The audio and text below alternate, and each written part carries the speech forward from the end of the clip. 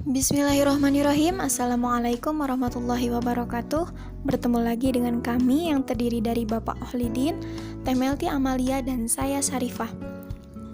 Video ini kami buat untuk memenuhi salah satu tugas mata kuliah pendidikan karakter oleh dosen pengampu Dr. Teddy Sutandi, MPD. Presentasi ini berjudul Pembentukan Karakter di Lingkungan Keluarga. Adapun mengenai pembahasannya, kita bagi menjadi 3 bagian, yaitu mengenai fungsi keluarga yang akan disampaikan oleh saya Syarifah, kemudian mengenai pengaruh atau peran keluarga terhadap pembentukan karakter akan disampaikan oleh Bapak Khalidin, kemudian mengenai tahap-tahap dan proses pembentukan karakter akan disampaikan oleh Teh Melty Amalia. Bismillahirrahmanirrahim. Baik, langsung saja pada materi pertama, yaitu mengenai fungsi keluarga. Keluarga adalah merupakan lingkungan pendidikan pertama bagi anak. Di lingkungan keluarga, pertama-tama anak mendapat pengaruh, karena itu keluarga merupakan lembaga pendidikan tertinggi yang bersifat formal dan kolektif. Pada keluarga inilah anak mendapat asuhan dari orang tua menuju ke arah perkembangannya. Keluarga menjalankan perannya sebagai suatu sistem sosial yang dapat membentuk karakter serta moral seorang anak.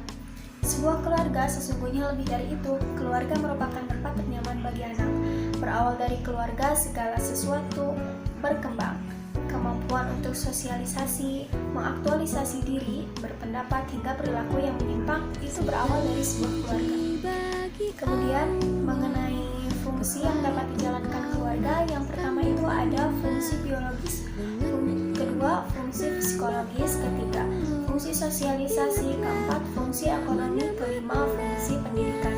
Namun secara lebih terperinci, fungsi keluarga yaitu yang pertama fungsi pendidikan. Fungsi pendidikan yaitu mendidik dan menyekolahkan anak untuk mempersiapkan kedewasaan anak untuk menghadapi masa depan kelak. Yang kedua yaitu fungsi sosialisasi anak, yaitu dengan mempersiapkan anak menjadi anggota masyarakat yang baik. Ketiga, fungsi perlindungan, dengan memberikan perlindungan agar anak merasa aman. Yang selanjutnya yaitu fungsi perasaan, dengan menjaga secara intuitif merasakan perasaan dan suasana anak dan anggota yang lain dalam berkomunikasi dan berinteraksi antar sesama anggota keluarga, sehingga saling pengertian satu sama lain dalam menumbuhkan keharmonisan dalam keluarga. Yang kelima yaitu fungsi religius, yaitu memperkenalkan dan mengajak anak dalam kehidupan beragama, dan tugas kepala keluarga untuk meyakinkan bahwa ada kehidupan lain setelah di dunia ini. Yang keenam yaitu fungsi ekonomi, dengan mencari penghasilan, mengatur penghasilan itu sedemikian rupa sehingga dapat memenuhi kebutuhan keluarga.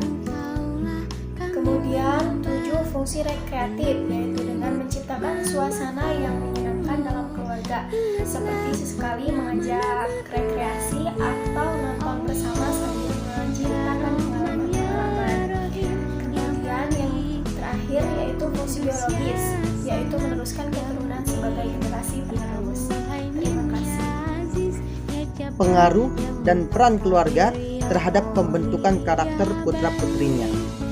Ada berbagai macam cara yang dapat dilakukan oleh keluarga maupun orang tua di dalam pembentukan karakter putra-putrinya. Di sini saya akan menjelaskan 6 cara yang dapat dilakukan oleh keluarga dalam pembentukan karakter putra-putrinya.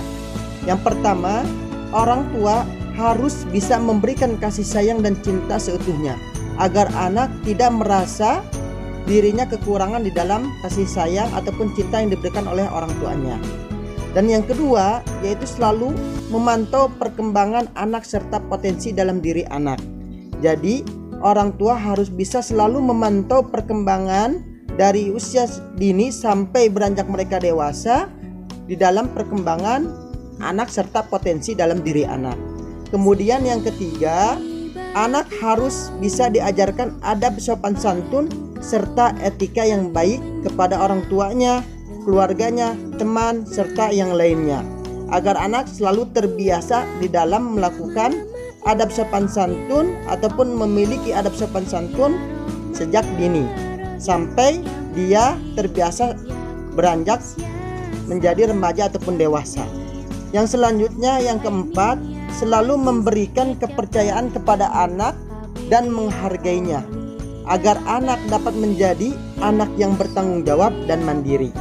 Kemudian yang kelima, orang tua juga harus dapat menjadi tempat rujukan yang baik dan cukup bagi anak-anaknya, sehingga anak tidak merasa tanggung ataupun takut apabila mereka mempunyai permasalahan-permasalahan dalam dirinya untuk menceritakan ataupun melaporkan ataupun curhat, kalau kita bisa bilang, kepada orang tuanya dengan apa yang mereka alami, baik ketika sejak dini ataupun ketika permasalahan di masa remaja atau beranjak dewasa. Yang terakhir, orang tua harus bisa, ini yang paling penting, menjadi teladan yang pertama bagi anak-anaknya di dalam pembentukan kepribadian mereka. Ini yang paling penting. Jadi orang tua harus bisa menjadi teladan.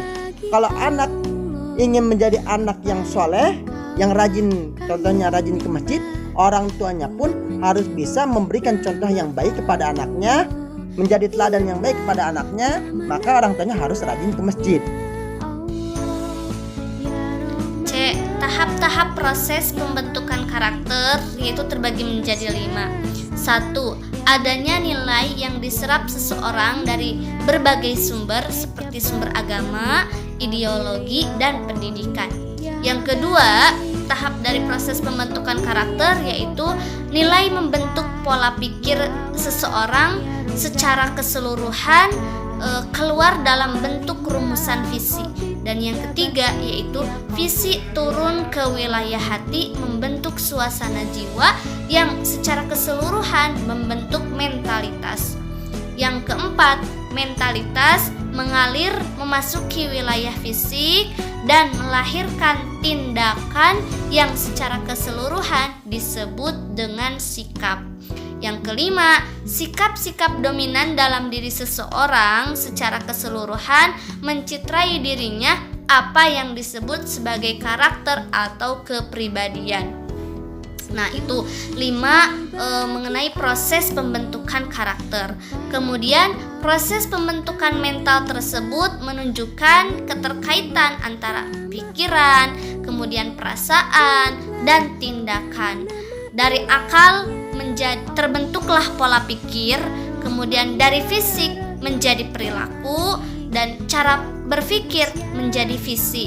Kemudian cara merasa menjadi mental, dan cara berperilaku menjadi karakter. Apabila hal ini tuh terjadi secara terus-menerus, maka akan menjadi sebuah kebiasaan.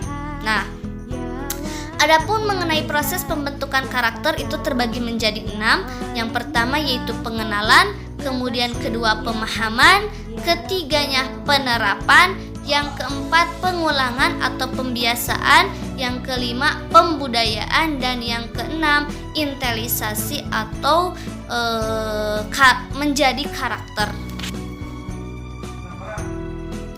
Adapun mengenai proses pembentukan karakter yaitu 1. Pengenalan.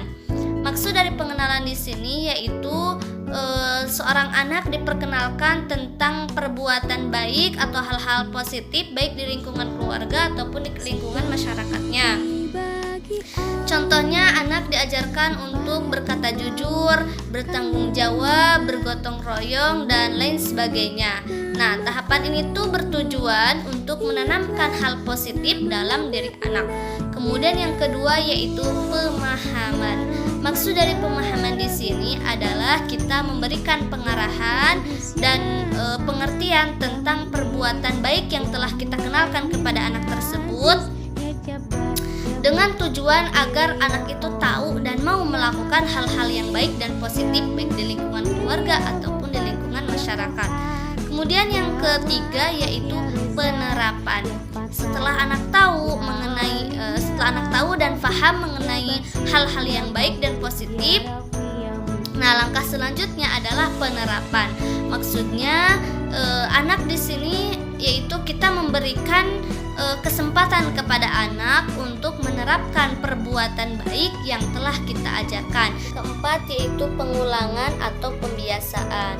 Maksud dari pengulangan di sini adalah setelah si anak paham dan menerapkan perbuatan baik yang telah kita kenalkan kepada anak tersebut, maka yang kita harus lakukan adalah pembiasaan.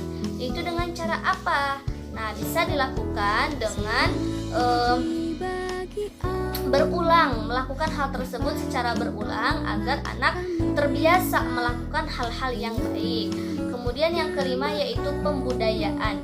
Adapun makna dari pembudayaan di sini yaitu harus diikuti dengan adanya peran dari masyarakat untuk melakukan dan mendukung terciptanya pembentukan karakter baik yang telah diterapkan di dalam masyarakat ataupun keluarganya. Adanya hukuman jika tidak ikut pembudayaan ini akan memunculkan motivasi untuk ikut dan berperan serta dalam membudayakan karakter yang baik dalam kehidupan sehari-hari atau kehidupan di masyarakat dan keluarganya. Kemudian yang keenam yaitu internalisasi atau menjadi karakter. Jika semuanya sudah tercapai, maka akan ada kesadaran dalam diri anak tersebut untuk melakukan hal yang baik tanpa adanya paksaan atau dorongan dari orang lain untuk melakukan hal-hal yang positif dan baik. Baik teman-teman, presentasi ini telah selesai kami sampaikan. Terima kasih atas perhatiannya. Wassalamualaikum warahmatullahi wabarakatuh.